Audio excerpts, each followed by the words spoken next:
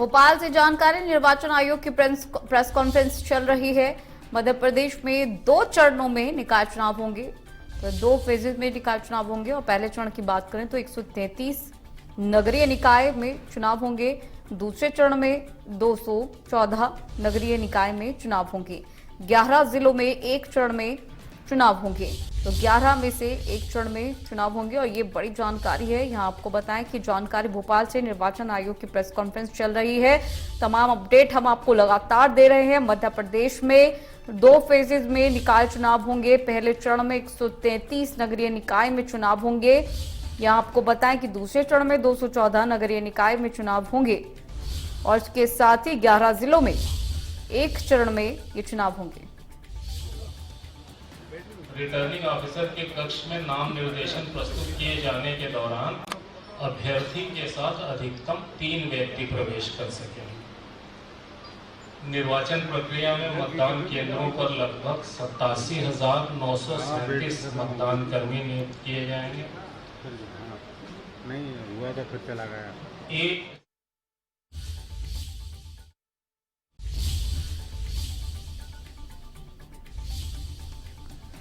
भोपाल से जानकारी। निर्वाचन आयोग की प्रेस कॉन्फ्रेंस चल रही है।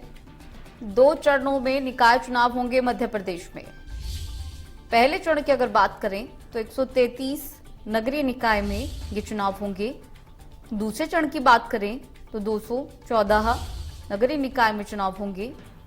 वहीं 11 जिलों में एक चरण में चुनाव होंगे। तो जानकारी भोपाल से महत्वपूर्ण खबर। मध्य प्रदेश में नगरीय निकाय चुनाव को लेकर जानकारी इस वक्त की, और साथ ही प्रेस कॉन्फ्रेंस चल रही है। ये आपको बता दें कि जो ताज़ा अपडेट है वो हम आप तक पहुंचा रहे हैं। लगातार हर अपडेट से अवगत करा रहे हैं, और जो ताज़ी जानकारी आ रही है उसके अनुसार 2 चरण में ये नगरीय निकाय चुनाव होंगे और साथ ही साथ 11 जिलों में एक चरण में चुनाव होंगे। तो बड़ी जानकारी, महत्वपूर्ण खबर इस वक्त की आपकी टेलीविजन स्क्रीन पर। भोपाल से निर्वाचन आयोग की प्रेस कॉन्फ्रेंस अभी चल रही है। हर अपडेट हम आप तक पहुंचा रहे हैं।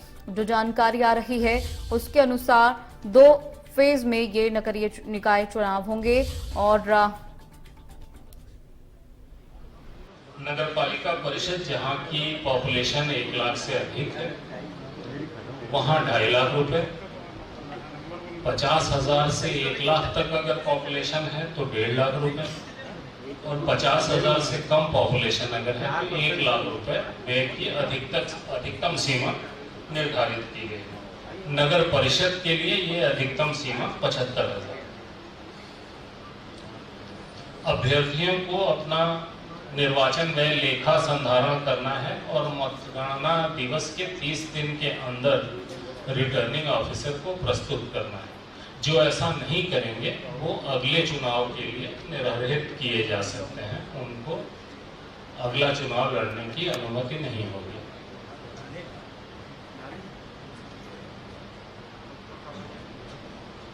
चुनाव ईवीएम से होंगे, जैसा हम पहले से बता चुके हैं। उसका ईवीएम्स का फर्स्ट लेवल चेक जनप्रतिनिधियों के सामने किया जा चुका है, और ये कार्यवाही इलेक्शन के दौरान भी क्लीनिंग करके ईवीएम रखना, उसका प्रदर्शन करना, ये कार्यवाही होती है, ये चलती रहेगी। निर्वाचन में विभिन्न पदों के लिए मतपत्रों का रंग निम्नानुसार होगा। नगर पालिक निगम के महापौर के लिए सफेद, नगर पालिक निगम के पार्षद के लिए गुलाबी, नगर पालिका परिषद के पार्षद के लिए पीला, और नगर परिषद के पार्षद के लिए नीला। इस तरह सफेद, गुलाबी, पीला और नीला। सभी मतदान केंद्रों पर मतदान का समय प्रातः 7 बजे से शाम के 5 बजे तक होगा। मतदान के लिए मतदाता को आयोग द्वारा विहित 20 पहचान पत्रों में से कोई एक पहचान पत्र साथ में लाना होगा।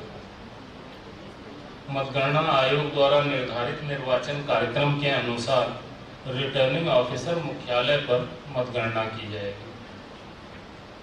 हमारे पास कुल 55,000 ईवीएम उपलब्ध हैं। निर्वाचन के लिए इनमें से 30,761 ईवीएम का इस्तेमाल हम करेंगे। विभिन्न चरणों में उपयोग में लाई जाने वाली ईवीएम की संख्या रिजर्व सहित इस प्रकार है। प्रथम चरण में 18,689 18,689। द्वितीय चरण में 12,072 12072। नगरपालिक निगम हेतु महापौर एवं पार्षद पदों के निर्वाचन हेतु नोटा सहित 15 या 15 से कम अभ्यर्थी होने पर एक कंट्रोल यूनिट एवं 2 बैलेट यूनिट का उपयोग किया जाएगा। 2 बैलेट यूनिट इसलिए कि एक वोट पार्षद के लिए, एक महापौर के लिए। किसी भी पद पर 15 से अधिक अभ्यर्थियों की स्थिति में एक अतिरिक्त बैलेट यूनिट लगाया जाएगा। शेष नगरीय निकायों में पार्षद पद के निर्वाचन हेतु नोटा सहित 15 या 15 से कम अभ्यर्थी होने पर एक कंट्रोल यूनिट तथा एक बैलेट यूनिट का उपयोग होगा। 15 से अधिक अभ्यर्थियों की स्थिति में एक अतिरिक्त बैलेट यूनिट का उपयोग किया जाएगा। नगरपालिक निगम इंदौर एवं भोपाल, ये 2 हमारे सबसे बड़े नगर निगम हैं। इनके प्रत्येक वार्ड के लिए 5 ईवीएम हम रिजर्व में रखेंगे, हर वार्ड के लिए 5। और नगरपालिक निगम जबलपुर और ग्वालियर के लिए हर वार्ड के लिए 3 ईवीएम रिजर्व रखी जाएगी। इसके अतिरिक्त शेष नगरपालिक निगम एवं नगरपालिका परिषद में प्रत्येक वार्ड के लिए 2 ईवीएम एवं नगर परिषद के लिए प्रत्येक वार्ड के लिए 1 ईवीएम रिजर्व रखी जाएगी। आयोग द्वारा प्रयुक्त ईवीएम में मतदान का डेटा सुरक्षित रखने के लिए डिटैचेबल मेमोरी मॉड्यूल, जिसे डीएमएम कहते हैं, उसका उपयोग किया जाता है। तो वो मॉड्यूल डिटैच करके अपने पास रख लेने से वो डेटा सुरक्षित रखा जा सकता है। निर्वाचन प्रतीक एवं आरक्षण आदेश जो 1968 का है, उसके अनुक्रम में जो भी मान्यता प्राप्त राष्ट्रीय एवं राज्य स्तरीय दल हैं, उनके लिए आरक्षित निर्वाचन प्रतीक आवंटित किए जाएंगे। राज्य निर्वाचन आयोग द्वारा नगरपालिक निगम के महापौर पद हेतु 37 एवं नगरपालिक निगम, नगरपालिका परिषद, नगर परिषद के पार्षद हेतु 31 मुख्य निर्वाचन प्रतीक अधिसूचित किए गए हैं। इनका प्रकाशन भी राजपत्र में 30 मई 2022 को कर दिया गया है।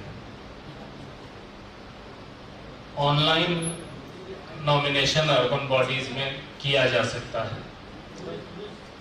लेकिन जो लोग ऑनलाइन नॉमिनेशन भरते हैं उन्हें भी उसकी हार्ड कॉपी लेके रिटर्निंग ऑफिसर के समक्ष उपस्थित होना होगा।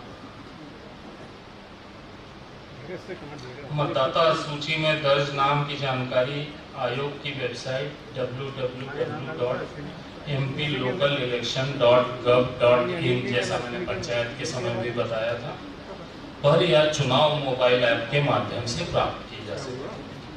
सुरक्षा प्रबंध के लिए हमने विस्तृत चर्चा एसीएस होम से और डीजी से कर ली है, और आज फिर हम आपसे चर्चा के बाद कलेक्टर और एसपीज, इनसे वीडियो कॉन्फ्रेंसिंग करके स्पेसिफिक मैक्रो और माइक्रो लेवल पर सुरक्षा प्रबंधों की समीक्षा करेंगे, जिसमें संवेदनशील, अति संवेदनशील मतदान केंद्रों पर हमें विशेष ध्यान रखना होगा। निर्वाचन के लिए सभी जिलों में अतिरिक्त रूप से कार्यपालिक मजिस्ट्रेट की नियुक्तियां कर दी गई हैं। जैसा हमने पंचायत में भी बताया था कि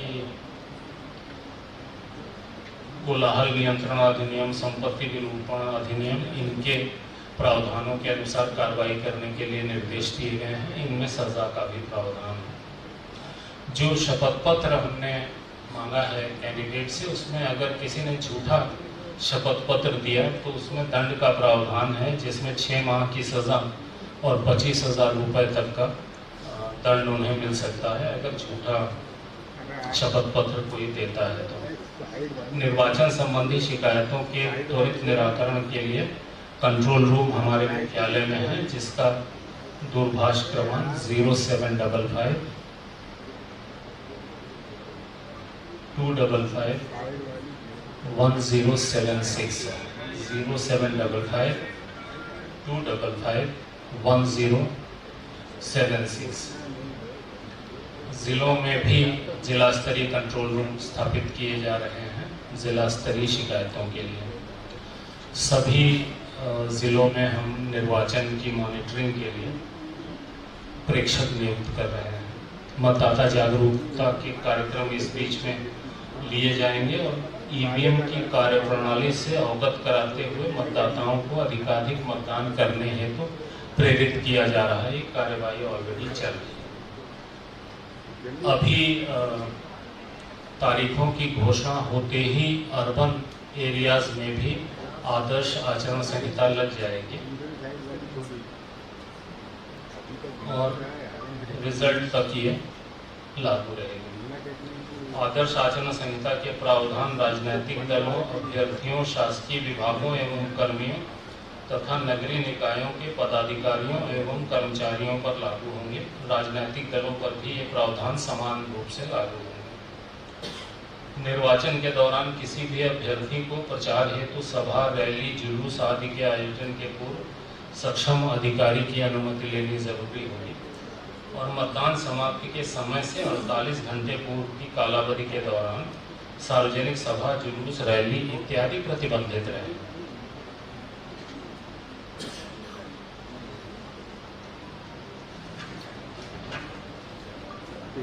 जो पंचायतों की डेट्स हमने बताई थी उसमें 30 तारीख से